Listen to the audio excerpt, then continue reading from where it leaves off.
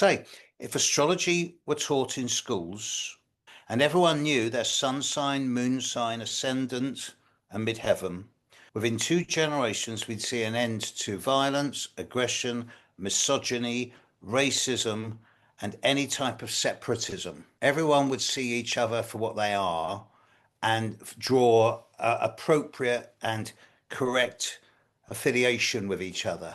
Yeah. It would be perfect. Well, Well, and this is another thing that I appreciate from learning astrology. And again, I mean, I'm very much scratching the surface. I'm a neophyte, but I it does help to understand that there is just if you take, for example, what motivates somebody, we can have a tendency as humans to look at people and they're behaving differently than we are, and we see it as wrong because they may have a different motivation for what impels them to take action, or what they need in order to take action, or whatever it might be.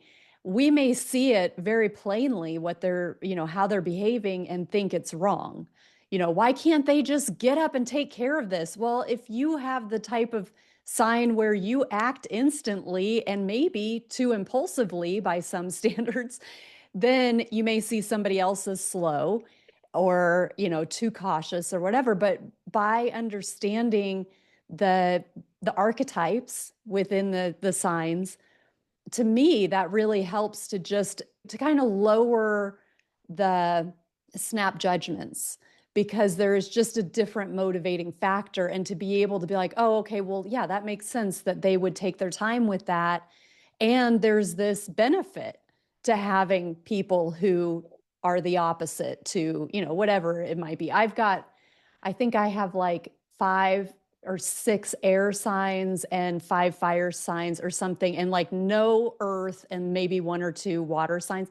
So, I have a particular way that I move through the world, and it can, if somebody's got a lot of earth signs, I could imagine that I might not be able to understand why they're behaving the way they behave, you it know? helps to mix the elements together. If you've got a lot of fire and a lot of air, then if you mix fire and air together, you get firestorm, hot air.